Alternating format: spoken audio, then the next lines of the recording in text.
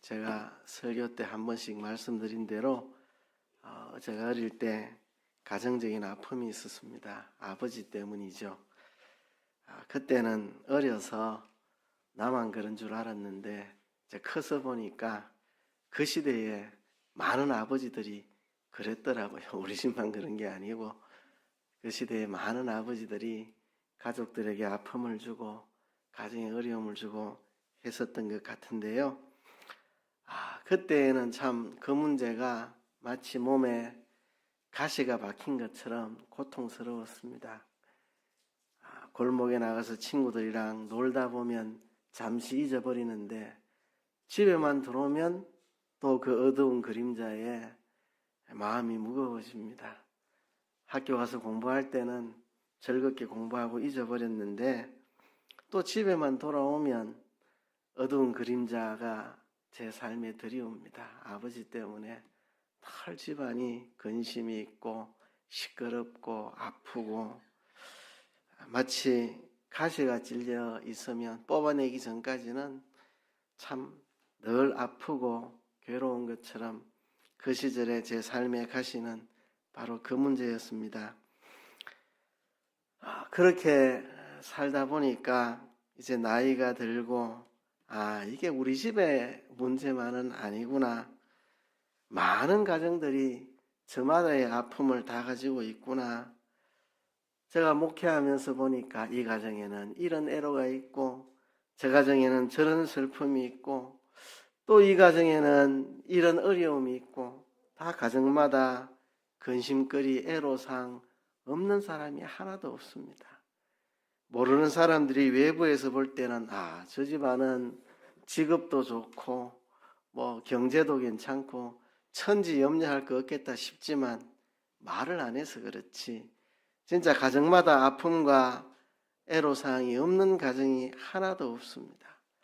그래서 제가 젊었을 때는 참 고민을 많이 했습니다. 왜 인생들이 다 이렇게 살아야 되나? 어느 가정치고 그런 아픔과 눈물이 없는 애로사항이 없는 가정이 하나도 없습니다. 가정마다 다 종류가 다를 뿐, 이 집에는 이런 문제, 저 집에는 저런 문제, 종류가 다를 뿐 다 그런 것들이 있더라고요. 제가 전도사로 출발한 26살 때 이제 교인들의 가정을 이렇게 살펴보니까 정말 한 가정도 아무런 문제 없이 평안하게 사는 가정이 한 가정도 없습니다. 왜 인생들에 사는 것이 이런 것인가? 목회자로 고민도 하고 하나님께 물어도 보고 그렇게 많이 했던 그 젊었을 때 시절이 생각이 납니다. 어떤 가정에는 육신의 건강 때문에 어려움 당하고 어떤 가정은 자식 때문에 고생하고 남편이 속썩이는 가정이 있는가 하면 아내가 속썩이는 가정도 있고 뭐 속썩이는 가족 없으면 직장이 어렵든지 경제가 어렵든지 아무튼 가정마다 그게 다 있더라고요. 우리 모두가 다 그런 속에서 살아가는데요. 내 힘으로 할 수 없는 일, 내 능력으로 견디기 어려운 상황, 그런 상황 속에서 우리가 어떻게 원망불평하지 않고 감사하고 살아갈 수 있을까? 오늘 그 질문을 우리가 답을 찾아가려고 합니다. 견디기 어려운 상황, 가시와 같이 참 고통스러운 이것만 떨쳐버리면 좀 속이 시원하겠는데 늘 따라다니면서 나를 괴롭히는 일들, 그 속에서 우리가 원망을 하느냐 감사를 하느냐 기로에 놓여 있는데요. 우리가 그 속에서 어떻게 감사하며 살아갈 수 있을까 한번 생각해 보고자 합니다. 데살로니가 전서 5장 16절부터 18절까지 항상 기뻐하라, 쉬지 말고 기도하라, 범사에 감사하라 그렇게 말씀을 했는데요. 바울이 데살로니가 교회에 이 편지를 썼다는 게 참 가슴 뭉클합니다. 데살로니가 교회가요 정말 극심한 환란에 놓여 있는 교회였습니다. 바울이 거기서 복음 전하는데 너무 환란이 심해서 3주 만에 거기서 도망 나와야 할 만큼 극심한 박해 속에 있었던 교회가 데살로니가 교회입니다. 그러니까요, 범사에 감사하라는 이 말이 요즘 뭐 돈도 잘 벌리고 뭐 아픈 데도 없고 뭐 살기 즐거운데 좀 감사 좀 하고 사세요, 이 말이 아닙니다. 참 살기 좋은 세상에 우리가 감사를 잃으면 안 되겠죠, 이런 말이 아닙니다. 정말 죽고 싶을 만큼 괴로운 그런 핍박 속에서 감사하라는 이야기입니다. 그 어려운 환난과 핍박 가운데서 범사에 감사하라는 그런 이야기입니다. 뿐만 아니라 이 편지를 쓴 바울의 입장에서 본문을 생각해 봐도 참 가슴이 짠합니다. 바울이 선교 현장에서 얼마나 많은 고난을 당했는지 이루 헤아릴 수가 없습니다. 그런 고통과 시련과 역경 속에 있는 바울이 범사에 감사하라 그렇게 말한 겁니다. 물론 바울은 대사도고 그가 복음 전할 때 많은 능력이 나타났지만, 기적도 나타났고 많은 믿는 사람이 회심하여 돌아오고 있었지만, 그러나 그런 사도 바울에게도 많은 어려움이 있었습니다. 특별히 바울의 자서전이라고 불리우는 고린도후서는 바울이 자기 자신에 대한 이야기를 합니다. 고린도전서는 고린도 교회에 대한 이야기였다면 고린도후서는 바울 자신에 대한 이야기를 쏟아내고 있습니다. 이 바울의 자서전과 같은 고린도후서에 보면 바울이 경험했던 심각한 문제를 소개하고 있습니다. 오늘 본문에 바울이 경험했던 심각한 문제, 그것을 육체의 가시, 곧 사단의 사자라고 그렇게 표현을 했습니다. 육체의 가시라는 표현, 가시에 찔리면 그게 뽑히기 전까지는 늘 따라다니면서 늘 곁에서 성가시고 고통스럽고 괴롭게 만드는 아주 지긋지긋한 그런 거죠.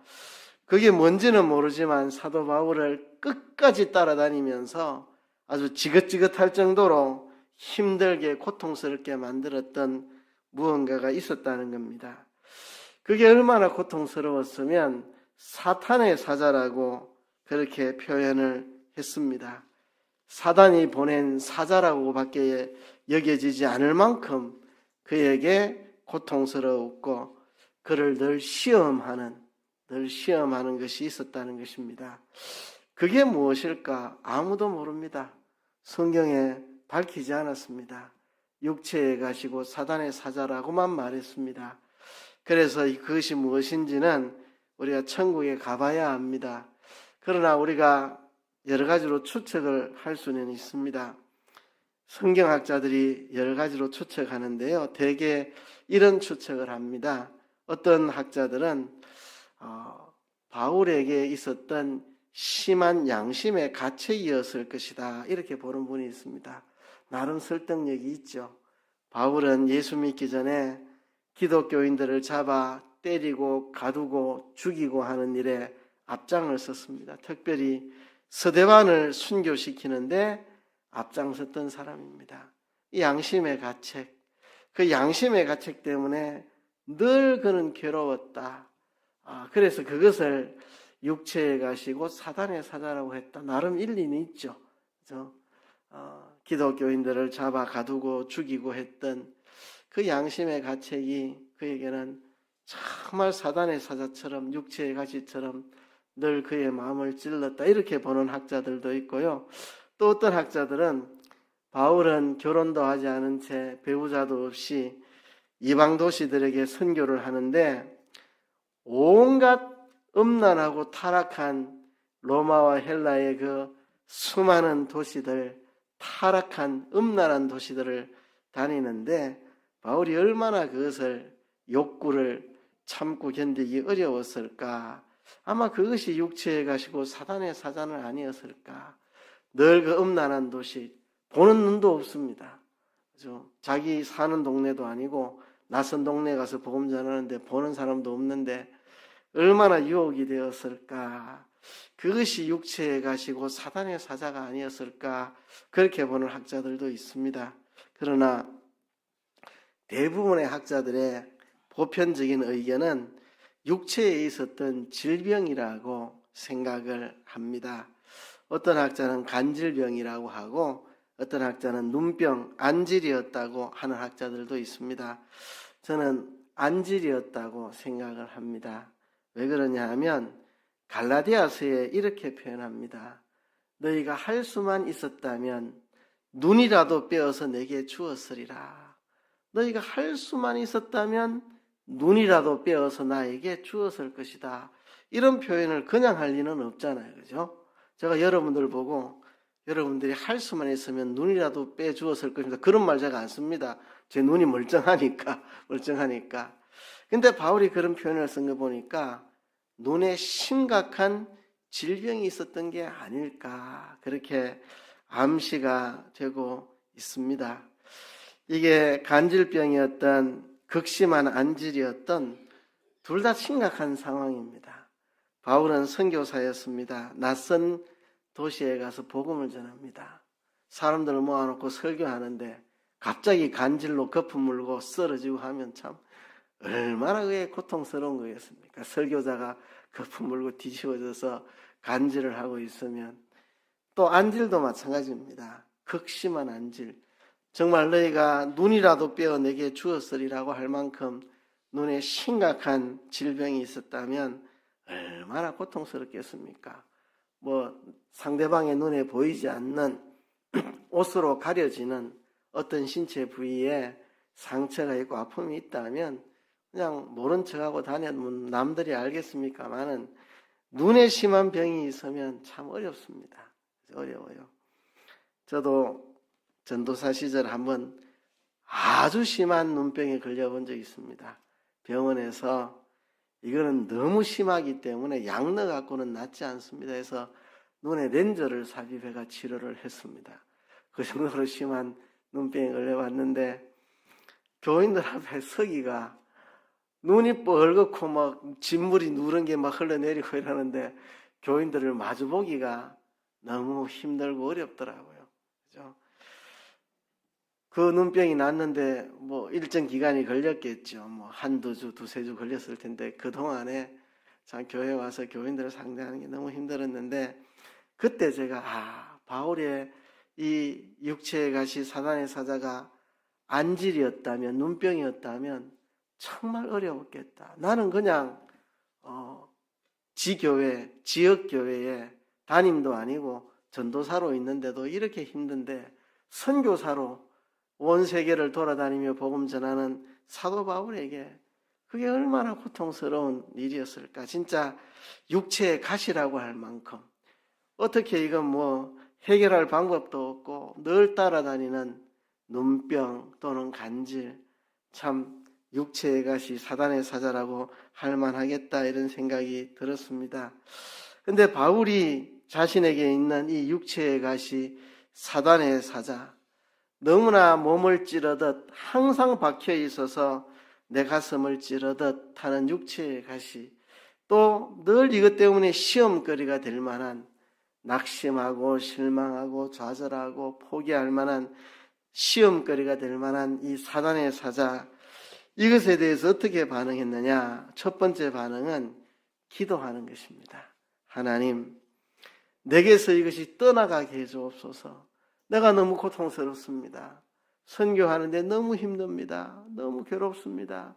몸에 가시가 박힌 것처럼 이거 떨어지지도 않고 항상 따라다니고 강단에 서도 이게 문제가 되고 길거리 전도해도 이게 문제가 되고 가시처럼 항상 따라다니면서 나를 아프게 하고 정말 이것 때문에 시험 될 것 같은 이 사단의 사자와 같이 항상 나를 무너뜨리고 넘어뜨리고 시험 들게 할 만한 일, 이거 좀 떠나가게 해주세요. 바울이 3번 주께 간구하였습니다. 진짜 사생결단의 간구를 3번을 했습니다. 며칠 금식을 했든지 특별 기도를 했든지 3차례에 걸쳐서 주님 앞에 제발 이것 좀 떠나가게 해달라고 못 살겠다고 부르짖었습니다. 그런데 그 결과 어떻게 되었느냐? 육체의 가시가 떠나가지 않았습니다. 그대로 있었습니다. 하나님이 바울에게 말씀하셨습니다. 내 은혜가 네게 족하다. 그렇죠? 내 은혜가 네게 족하다. 바울은 도리어 그것을 기뻐하게 되었고 자신의 약한 것들을 자랑하게 되었다고 말한 거 볼 때 육체의 가시는 없어지지 않았습니다. 그대로 있었습니다. 그가 간절히 기도했지만 하나님은 그 기도를 들어주시지 않았습니다. 비록 바울은 기도한 대로 육체의 가시가 제거되지는 않았지만 그 대신 더 큰 놀라운 은혜를 받았습니다. 그것은 바로 하나님께서 바울에게 주신 육체의 가시의 의미를 깨닫게 된 겁니다. 왜 하나님이 이런 육체의 가시 사단의 사자를 내게 보내셨는가? 그리고 그것이 떠나가지 않게 하셨는가? 그 이유를 깨닫게 되었습니다. 얼마나 그게 감사한지 모릅니다. 깨닫기 전에는 바울이 항상 이런 마음이었습니다. 육체의 가시 너무 괴롭다, 너무 힘들다, 너무 아프다. 참 이것 때문에 성도들 앞에 위신도 깎이고 창피도 당하고 전도하다가 어려움도 겪고 복음 사역이 여기에 자꾸 방해가 되는 것 같고, 그래서 이 육체의 가시 때문에 너무 힘들고 괴롭다는 생각이었습니다. 그렇지만 이렇게 3번 기도하고 하나님이 거절하신 다음 그는 육체의 가시가 자기 삶에 해주는 역할이 있다는 것을 깨닫게 됐습니다. 완전히 생각이 바뀌고 관심이 바뀌게 되었습니다. 바울이 깨달은 육체의 가시의 역할은 3가지로 요약됩니다. 첫 번째는요, 교만하지 못하게 그를 통제하는 수단으로 하나님 주셨다는 겁니다. 만일 이 육체의 가시 사단의 사자가 없었다면 바울은 교만해졌을 겁니다. 그는 부활하신 예수님을 마지막으로 만난 사도였고 부활하신 예수님을 만난 사람이었고, 그는 예수님을 믿자마자 있는 힘을 다해 복음을 전했고 가는 곳마다 구원 얻는 이가 자기를 통해서 늘어났고 때로는 자기를 통해 기적들이 나타나고, 그렇죠? 그래서 바울이 차츰 교만해질 수 있는 사람입니다. 특별히 바울은 계시를 받았습니다. 얼마나 놀라운 계시를 받았는지, 여러 계시를 받은 것이 지극히 크므로 너무 자고하지 않게 하시려고 이것을 주셨다. 내가 여러 가지 계시를 받은 것이, 하나님께 직접 받은 계시들이 너무 커서 나를 자고하지 않게 하시려고, 자만하지 않게 하시려고 하신 것이다 깨달았습니다. 에베소서에 보면 바울이 참 얼마나 놀라운 계시를 받았는지 알 수 있습니다. 창세전에 그리스도 안에서 우리를 선택하셨고 그것을 위해서 이 모든 것을 하나님이 예정하셨다. 이런 내용들은 다른 구절에 잘 나타나지 않는 내용입니다.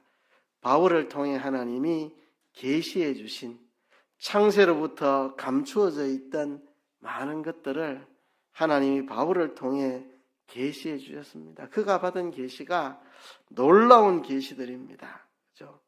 그래서 나를 쳐서 자만하지 않게 하시려고 하나님이 이것을 주셨다. 이렇게 바울이 깨달은 거죠. 그렇죠?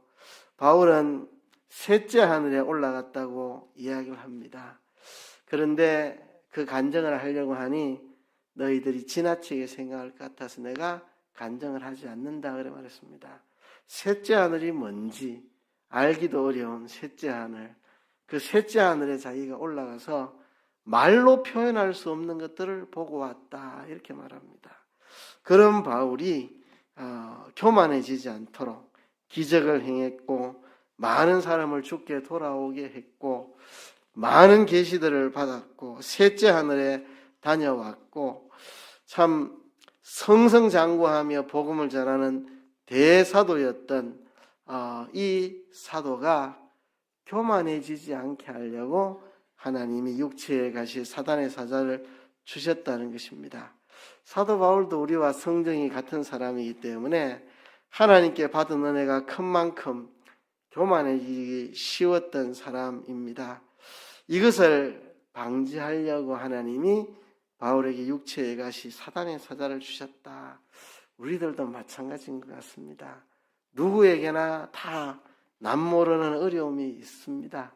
다 말은 하지 않지만 어떤 육신적인 참 남들에게 말하기 어려운 아픔이 있을 수도 있고, 또 살아온 과정에서 남들에게 말하기 부끄러울 만큼 참 아픔과 시련이 있을 수도 있고요.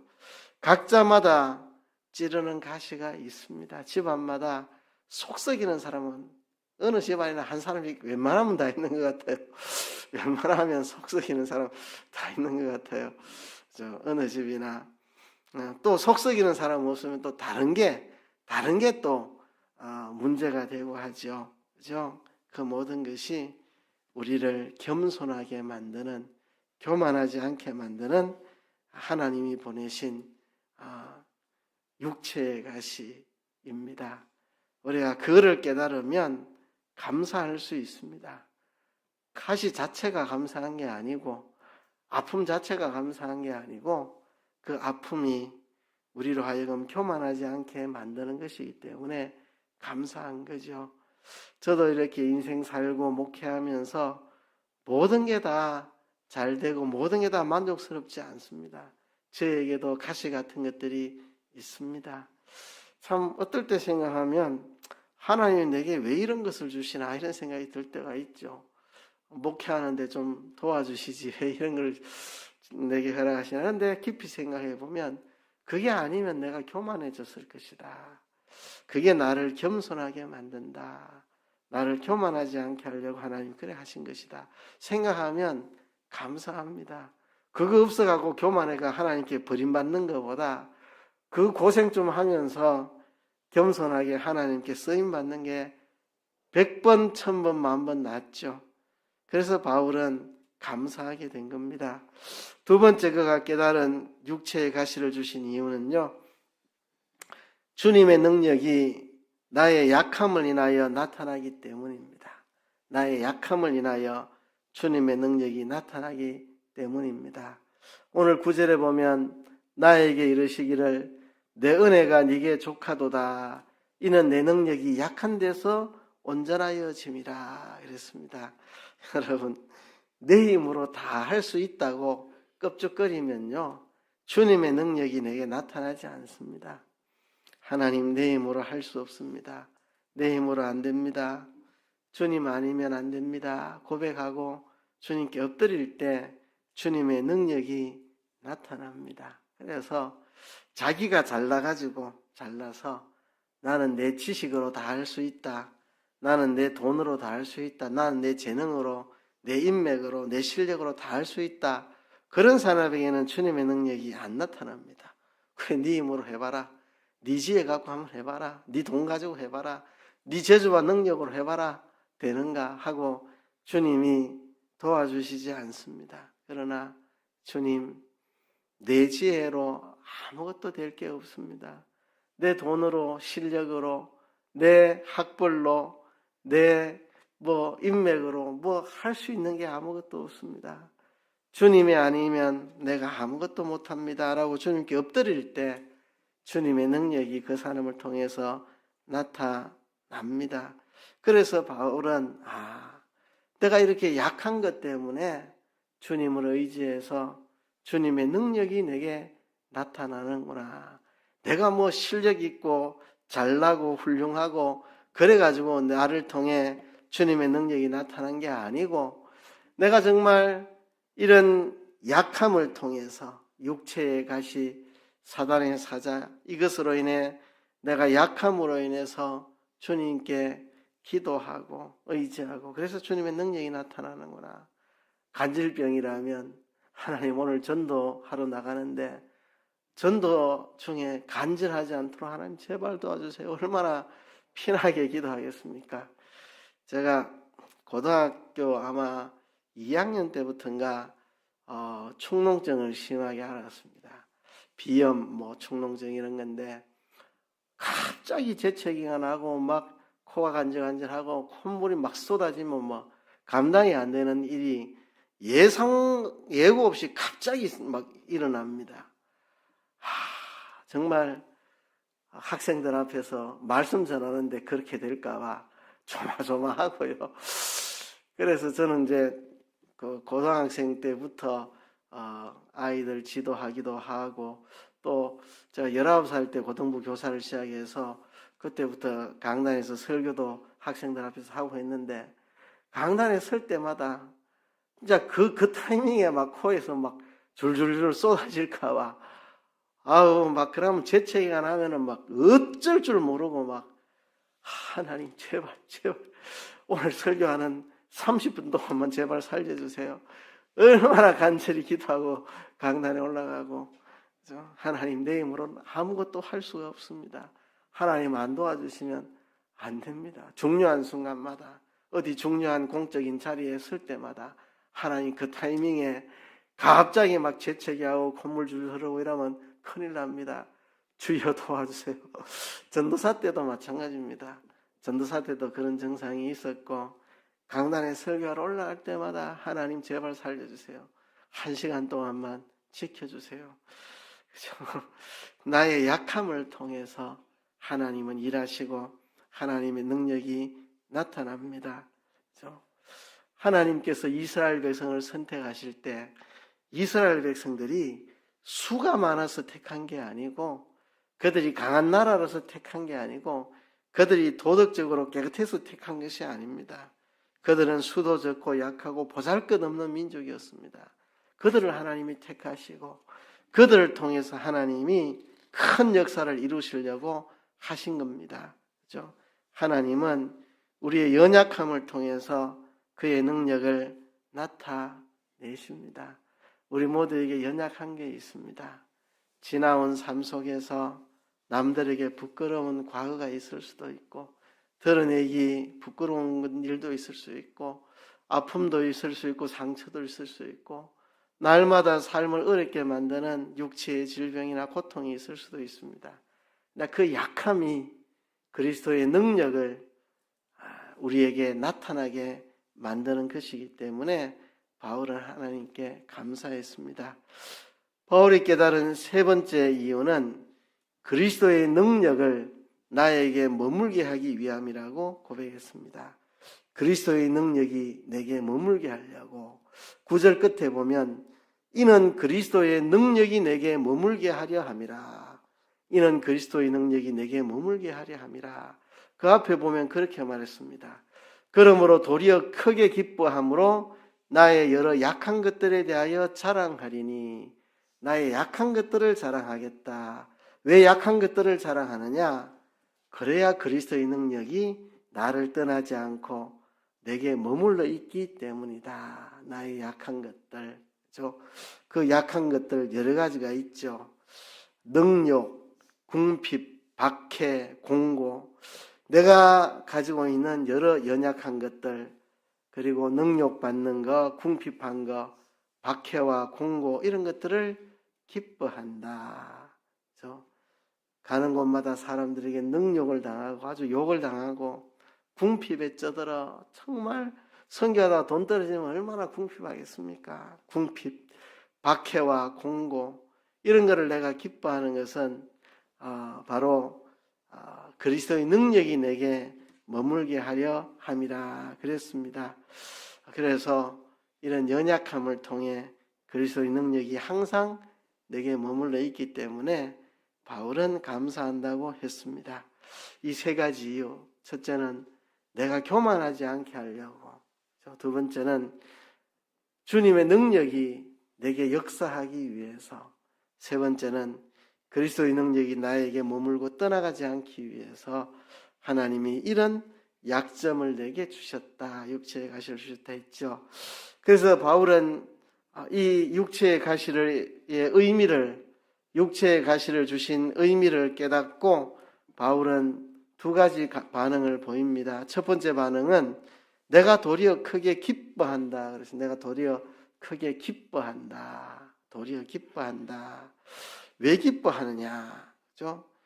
이런 이유 때문에 내게 육체의 가시를 주셨으니까 기뻐한다는 거죠. 기뻐한다는 거죠. 그러니까 아픔 자체가 기쁜 건 아니겠죠. 아픔 자체가 기쁘다 하면 그건 이제 정신병원에 가야 됩니다.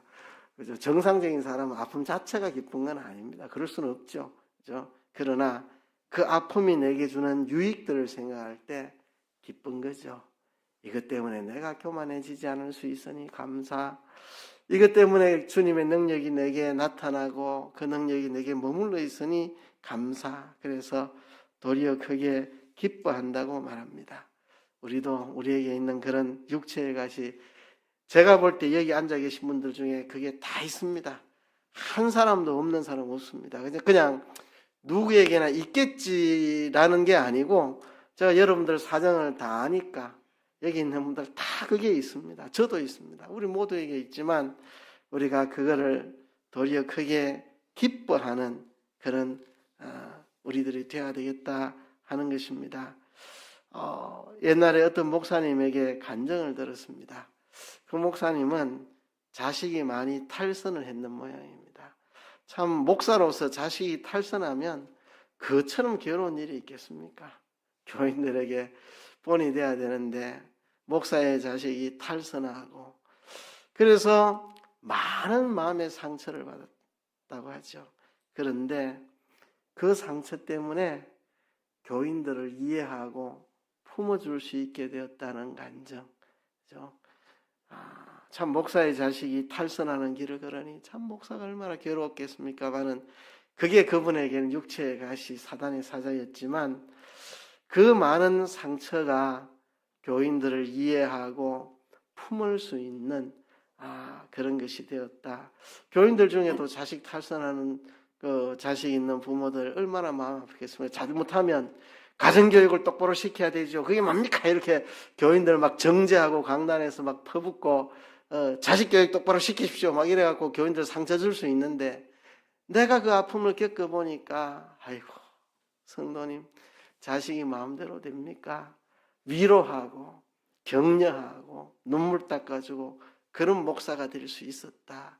그래서 감사하다. 내가 이 아픔을 안 겪었으면 교인들 정죄하고 판단하고 강단에서 정말 함부로 말하고 그랬을 텐데, 이 아픔 때문에 내가 교인들을 이해하고 품고 같이 울어줄 수 있는 사람이 되었다. 감사하다.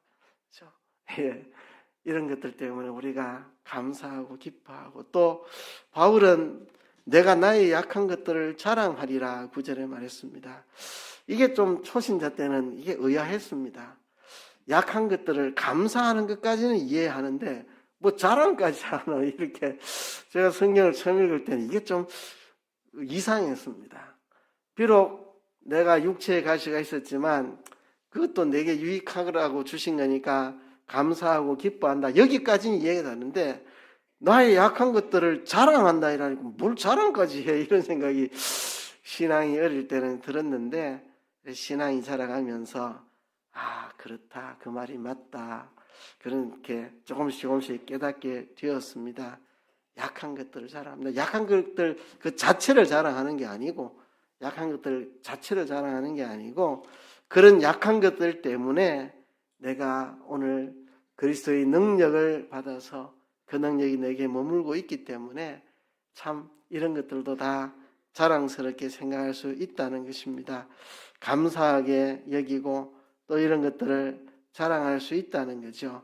이런 아픔 때문에 내가 바로 서는 거니까요. 그죠? 그래서 그는 그의 약한 것들을 자랑하랴. 전에는 부끄럽게 여겼던 것들, 이제는 부끄럽게 여기지 않는다는 거. 전에는 그걸 참 수치스럽게 여겼던 거, 더 이상 수치스럽게 여기지 않는다는 거죠. 그래서 여러분, 감사와 원망, 그 사이에 바울이 놓여 있는데 바울은 원망으로 가지 않고 감사로 갈 수 있었습니다. 우리들도 감사와 원망 사이에 놓여 있습니다. 감사와 원망 사이에 놓여 있는데 바울처럼 이것이 하나님의 은혜인 것을 깨닫고 원망으로 넘어가지 말고 감사로 갔으면 좋겠습니다. 우리 앞에 있는 수많은 육체의 가시들, 이게 우리를 원망으로 이끌지 않고 감사로 이끌었으면 좋겠습니다. 한 이야기를 하고 말씀을 맺겠습니다. 성경학자 중에 매튜 헨리라는 분이 있습니다. 아주 유명한 분인데요. 이 매튜 헨리가 강도를 만났는데, 강도를 만난 다음에 이 네 가지 감사를 드렸다고 합니다. 첫 번째는요, 전에는 이런 일을 당하지 않은 것에 대해서 감사하는 것. 이날 처음 강도를 당했는데 지금까지 살아오면서는 한 번도 이런 강도를 당한 적이 없이 살아왔다는 게 참 감사했다. 두 번째는 돈만 빼앗기고 목숨은 빼앗기지 않아서 감사하다. 세 번째는 가진 것을 모두 다 잃었지만 잃은 것이 그렇게 많지는 않았다는 것에 대해서 감사했고, 마지막에 감사가 이겁니다. 내가 강도가 아니라 그 사람이 강도라는 게 감사하다. 내가 아니라 그가 강도였다는 것에 대해서 감사하다. 이렇게 메투엘레가 강도를 만나고 원망하지 않고 하나님께 감사하였다고 합니다. 우리들도 우리의 육체의 가시 사단의 사자에 대해서 감사하며 살아가는 저와 여러분 되기를 주의 이름으로 축복합니다. 다 같이 말씀을 생각하시면서 통성으로 기도하겠습니다.